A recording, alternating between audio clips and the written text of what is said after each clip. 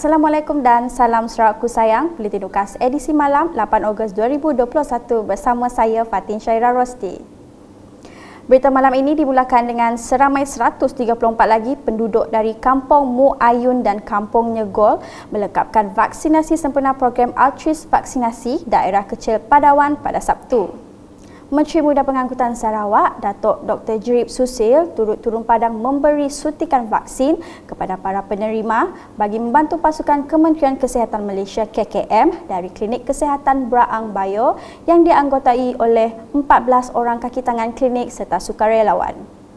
Adun Mambung itu juga akan turut menyertai pasukan KKM ke Kampung Sapit pada 8 Ogos depan bagi memberi suntikan dos kedua vaksin COVID-19 kepada lebih 100 orang penduduk di kampung tersebut dalam program yang sama.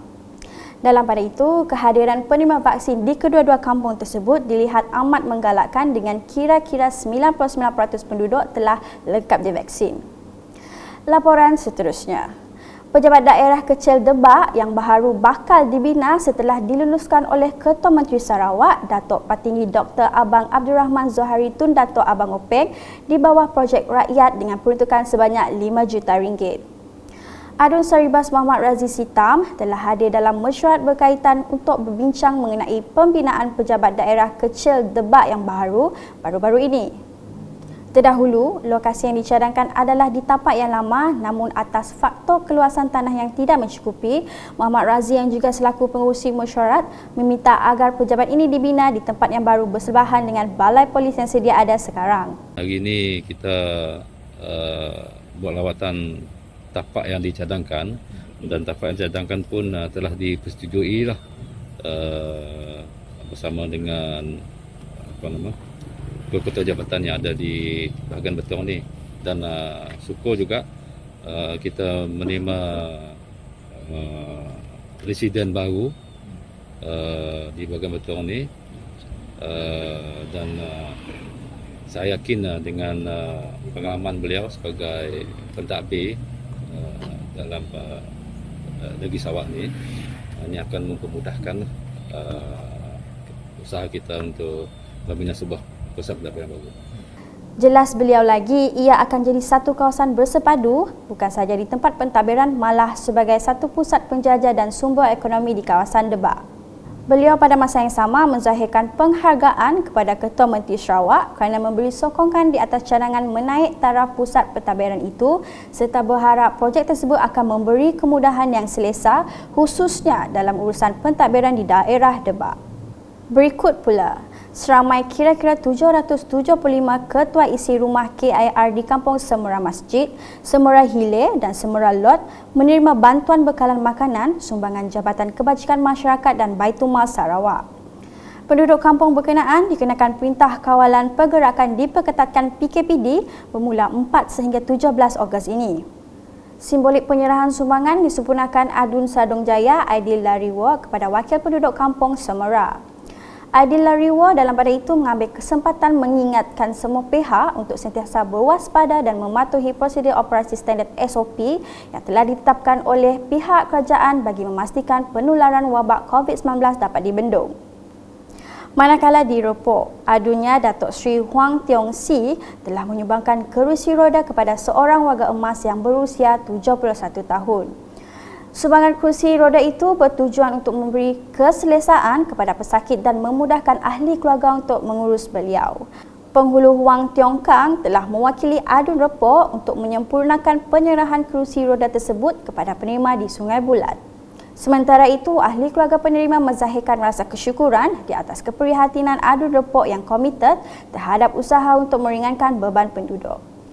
Di Telang Usan pula, pemberian voucher persekolahan Yayasan Sarawak cukup bermakna kepada ibu bapa yang kurang berkemampuan dalam mendapatkan kemudahan persekolahan. Adun Telang Usan, Dennis Ngau berkata bantuan itu cukup bermakna bagi masyarakat yang tinggal di kawasan pedalaman seperti di kawasan tersebut. Meskipun tidak semua murid yang menerimanya, namun bagi ibu bapa dalam kalangan keluarga B40, bantuan seperti berkenaan sangat bermakna dan meringankan beban yang ditanggung mereka. Sebanyak 29 buah sekolah menerima voucher persekolahan Yayasan Sarawak merangkumi 26 sekolah rendah dan 3 sekolah menengah dengan setiap voucher bernilai RM200. Sekolah-sekolah yang menerima voucher persekolahan Yayasan Sarawak adalah seperti tertera.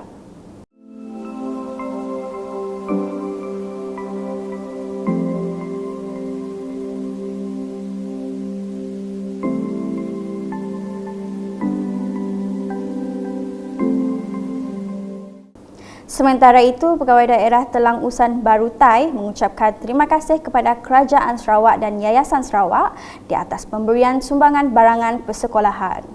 Terdahulu, Dennis Ngau telah menyerahkan sijil lantikan Ketua Kaum kepada Ketua Kaum Long Urang, Simon Joleng dan disaksikan Pegawai Daerah Telang Usan Barutai.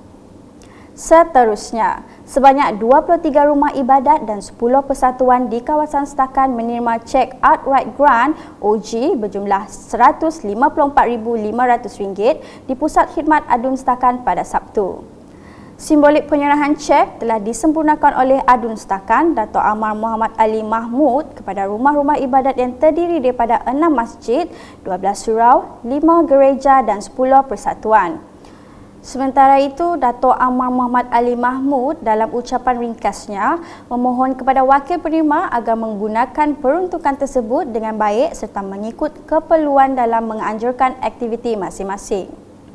Berikut pula, Majlis Daerah Limbang MDL telah membuat ketetapan 2 kawasan akan dijadikan tempat menjual hasil pertanian di daerah itu.